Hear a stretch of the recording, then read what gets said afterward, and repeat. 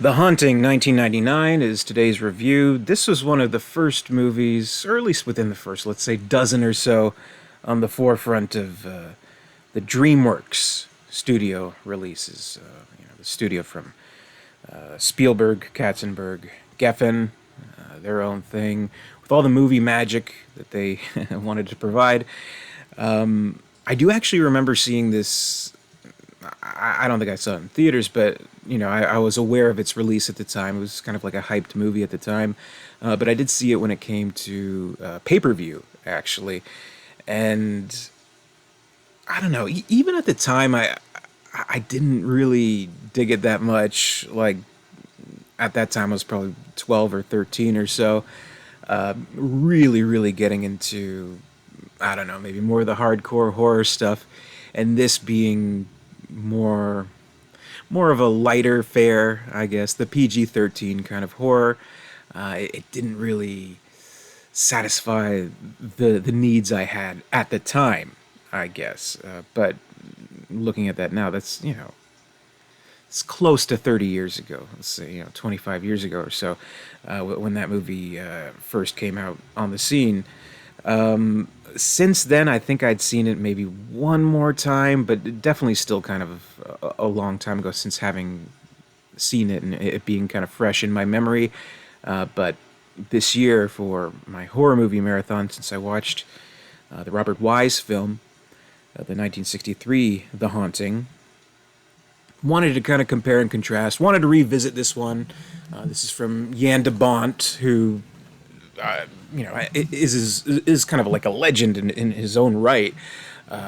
Definitely known as an editor, but definitely known as a director a little bit after that. Maybe most notably, like Speed and Twister. So he's got some great movies under his belt, some top notch entertainment. And this, you would kind of think, in a way, is an ideal project for him, because what is definitely the focus this time around, I guess, unfortunately, ultimately, is what can we do with the most modern special effects to tell this ghost story, which is a red flag, I guess.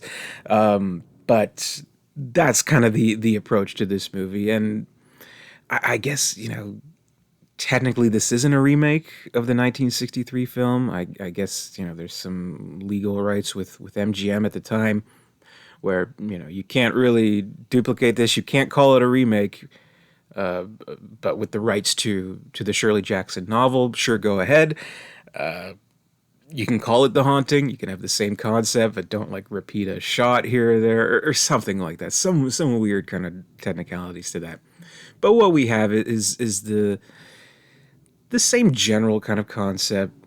Still, we have four key characters within Hill House spending the night there, and all the kooky, creepy things that happen there. But in small details and in big ones, it's a world of difference. Kind of the strange thing to me in having watched it like right after watching the 1963 film is kind of how differently they approach like the concept, with getting these characters into the situation where it was fairly straightforward in the 1963 film. You had people knowing that this house had a reputation, and knowing that they were trying to seek out the paranormal. Here it's a little bit different in that the main character who's setting up this whole study, played by Liam Neeson, Richard Johnson in the original, he's tricking them. You can't let the rats know they're in a maze, or things like that. So it's under the ruse of this insomnia study. So can't sleep. Spend a night in this house. Let's see how that works out. So we have all the characters kind of coming in under false pretenses. We do have very similar female lead, very, very close to the Julie Harris character in the original film. Eleanor, this time played by Lily Taylor, who has the same kind of situation, was a caretaker for her mother. Mother has passed away. Is there some blame there? She has nowhere to live now, and she's kind of struggling and stuff like that. And, just by desperation or perhaps a higher calling from the spirit world, she's drawn to this experiment, this study, and we have Catherine Zeta-Jones, the wonderful, beautiful, amazing Catherine Zeta-Jones, who seemed to at this time, this is a 1999 film. It seems like she just came out of nowhere, with Entrapment, with the Sean Connery film, which everyone fell in love with her. So this is kind of like a perfect kind of high-profile follow-up for her, kind of playing the bisexual sex pot kind of character, I guess, in kind of contrast to the more timid Eleanor, or Nell, as she insists on being called in the film. And to kind of even things out, we have sort of a more casual character, almost comic relief, in Owen Wilson, playing Luke Sanderson, who's also from the original film. This also, in thinking about the actors at the time, this wasn't quite the Owen Wilson that we knew. You know what I mean? But it was like Owen Wilson in utero, where he had done Bottle Rocket. And was he in Rushmore? I don't even know. But anyway, it was Owen Wilson kind of slowly coming into himself, and you can notice throughout the movie where he is always saying wow, oh wow, this stuff like that. So I don't know. You got a good cast: Liam Neeson, Catherine Zeta-Jones, Owen Wilson, Lily Taylor. Very, very, very good. And to the benefit of the movie, it of course has, and in certain ways tops, the set decoration of the original film. Though the Robert Wise film was just done so expertly, in its wonderful black and white photography. Here we have full color. Here we have a much larger kind of scale. This is a much larger mansion, a much larger Hill House, which, if you're gonna go this route, you kind of want to make it as epic feeling as possible, which I guess they do. So I can't really fault it in any way for presenting the house as a character, at least as far as the art and set decoration goes. But definitely we kind of reach an issue with the film in wanting to play this version out through special effects, and in wanting the house to seem like a character through special effects. So the thing is, late 90s, we're getting there. We're getting there with special effects, CGI specifically. So there's certain things where you would feel like it's almost irresistible to filmmakers playing with this type of technology, really kind of for the first time, and really being able to present it in a certain way, the ghostly images under the sheets, and kind of the nymphs on the walls coming alive, and stuff like that. But it just doesn't quite work. Maybe it kind of worked at the time because audiences also hadn't seen it at the time. But in looking back on it all these years later, the special effects really don't hold up, spectacularly well. They're at least somewhat serviceable in their presentation. But in what we can see today, it's it's a little rough around the edges. But they're trying, and this movie, this concept, this remake, quote, if you want to call it that, almost being used as a guinea pig for surfacing these effects. So kind of ironic. This is this grand experiment that goes horribly wrong. But there's that, and you can kind of fault it for that. You can also kind of fault it for just, I don't know, taking a weird route with the paranormal aspects of it, where with the 1963 film, it was kind of like let's sincerely try to explore the paranormal and see if there are real life explanations, things like that. Leave it somewhat ambiguous. Leave it ultimately up for the audience to say, hey, maybe there was something going on here, but maybe not. We're not too sure.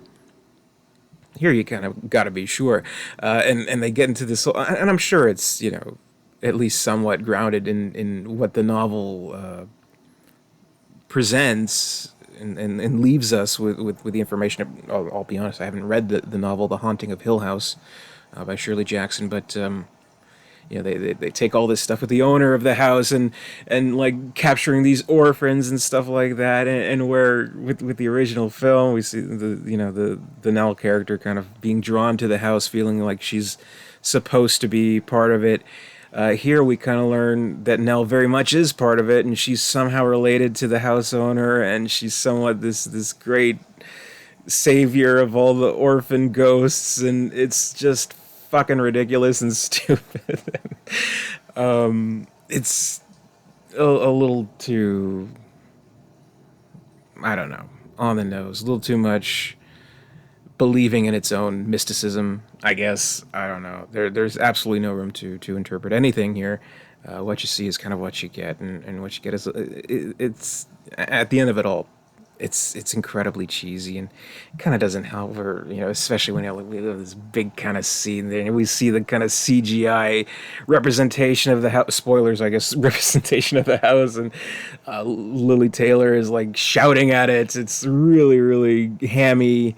And like even like stuff like, and nothing against Lily Taylor as an actress, she's very good, but I think it's more the material that kind of has a problem. But in talking about screams, like I've been reviewing other movies this month, one thing that really stood out to me was Samara Weaving's great screams in Ready or Not. Here, like there's this one scene where like the bed is attacking Nell, and Lily Taylor is screaming, and it's just a stupid scream. It's a weird scream. It's like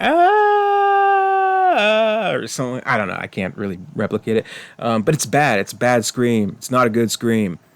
So if that counts for anything, it's it doesn't work in that respect. So I don't know. The movie's kind of silly. Like this is the weirdest thing. Like the movie from the 60s feels more legitimate, more serious, more respectful of the audience than this movie. This, you could look at it and say, oh, this must have been adapted from, a cheesy B drive-in movie, which I guess was always kind of the thought in the back of my head before having seen the original for the first time this year. So that's very strange. Added to that, have the lackluster effects, or at least let's say the outdated effects. A story that is just kind of silly. You kind of walk away from it not feeling all too satisfied. So I think if it's possible, I like it even less today than when I first saw it back in, I guess probably if it was on pay-per-view, it was probably in 2000. So 22 years ago or so, 23 years ago, so something like that. Yeah, not so good. The Haunting, 1999. That's my review. Stay away, be aware, but definitely check out the 1963 Robert Wise film. That is an excellent film. This one, not so much. We're doing 31 Days of Horror here on the channel. Horror movie reviews all throughout October. Be sure to stay tuned for more. Be sure to comment, rate, subscribe, all that good stuff.